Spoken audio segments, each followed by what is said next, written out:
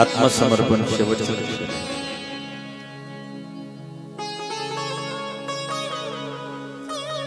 ब्रह्मदेवाने 4 वर्ण 4 आश्रम जन्माला घातले. 4 वर्ण आहे, ब्राह्मण, क्षत्रिय, वैश्य आणि शूद्र. मनुस्मृतीमध्ये असं वर्णन येतं, ब्रह्मदेवाच्या मस्तकापासून ब्राह्मणांची उत्पत्ती झाली, ब्रह्मदेवाच्या हातापासून क्षत्रियांची उत्पत्ती झाली, ब्रह्मदेवाच्या पोटापासून वैश्यांची उत्पत्ती झाली आणि ब्रह्मदेवाच्या पायापासून शूद्रांची उत्पत्ती. ब्राह्मणांचे लक्षण, ब्राह्मण कोणाला म्हणतात, ब्राह्मणाचे लक्षण काय? क्षमोदमस्तप शौच संतोष शांती मार्जवम ज्ञानम दया चितात्मनम सत्यम च ब्रह्म लक्षण. ब्राह्मणाचे 11 लक्षण आहे. कोणकोणते? शम दम तप शौच संतोष, क्षमा, सरलता, ज्ञान, दया, भगवत परायणता आणि सत्य. हे ब्राह्मणांचे 11 लक्षण आहे. एवढे लक्षण ज्याच्या अंगी असतात त्याला ब्राह्मण.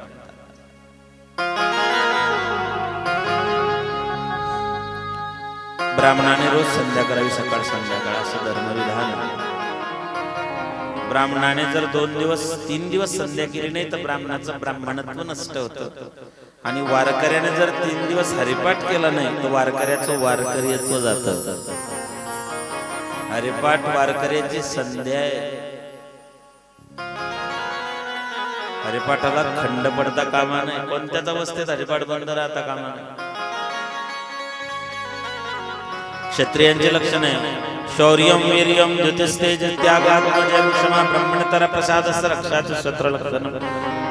वैश्यांचं लक्षण देवर गुरुर्जितो भक्ती श्रीवर्ग परिपोषणम आस्तिक्यमुद्दितो नित्यम वैपुण्यम वैश्य लक्षण. शूद्रांचं लक्षण आहे शूद्रस्य सन्नती शौचम सेवा स्वामिन्न मामया अमंत्र यज्ञोर्हस्तेय सत्यम विप्र गोरक्षण. लक्षण आहे. हे झाले 4 वर्णाचे लक्षण. आता 4 आश्रमाचे लक्षण सांगा. आश्रम किती आहेत? ब्रह्मचारी, ग्रस्ताश्रम, वानप्रस्थ आणि संन्यास. 100 वर्षाच्या आयुष्यात त्याची गणना अशी आहे, जन्माला आल्यापासून 25 वर्षापर्यंत ब्रह्मचर्याचं पालन करावं, 25 वर्षापासून 50 वर्षापर्यंत ग्रस्ताश्रमाचं पालन करावं, 50 पासून 75 पर्यंत वानप्रस्थाश्रमात राहावं आणि 75 ते 100 संन्यास्त वृत्तीने जीवन जगावं. प्रथम नार्जितं विद्या, द्वितीयं नार्जितं धनं, तृतीयं नार्जितं पुण्यं, चतुर्थं किं कर्षति. पहिल्या 25 वर्षात ब्रह्मचर्याचं पालन सांगितलेलं. ब्रह्मचर्याचे लक्षण आहे. काय लक्षण आहे ब्रह्मचर्याचे? ब्रह्मचारी गुरुकुलो वसंतांतो गुरुहितम आचरंदासन्यो गुरु सवृढ सौहृदय.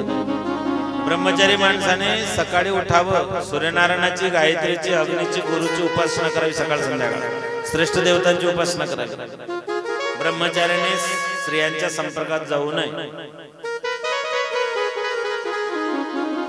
ब्रह्मचार्यांचे 2 प्रकार आहेत, नैष्ठिक ब्रह्मचारी आणि वैश्विक ब्रह्मचारी. ब्रह्मचर्याची व्याख्या भगवान ज्ञानोबरायांनी ज्ञानेश्वरीत सांगितली.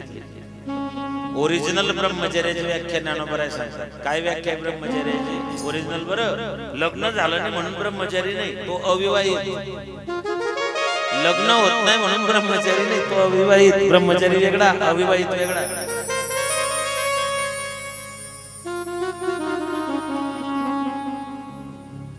ज्ञानोबरायांची ओवी ज्ञानेश्वरी. माऊली म्हणतात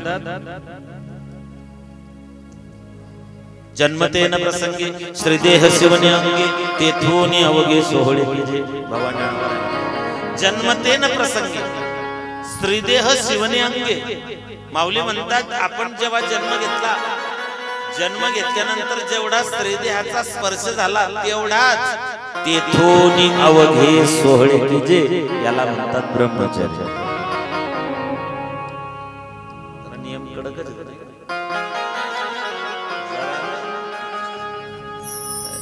लय कडक नियम आहे.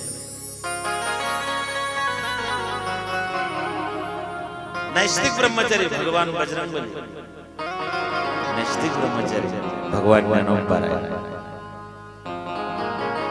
काय जीवन होतो ज्ञानोबरायांचं. नाथ बाबा सांगता नमो ज्ञानेश्वरा निष्कलंका. निष्कलंकित जिवंत भगवान ज्ञानोबराय.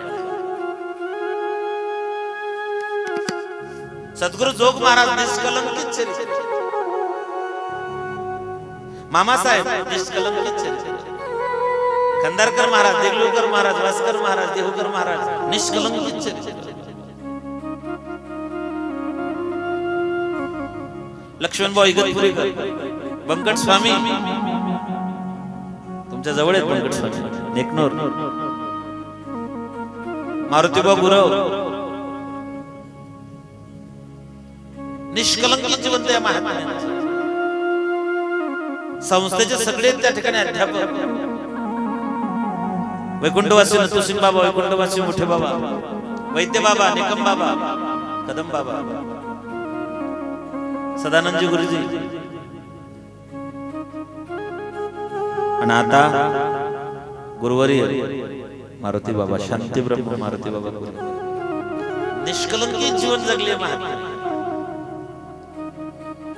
आता ऐसे होणे नाही.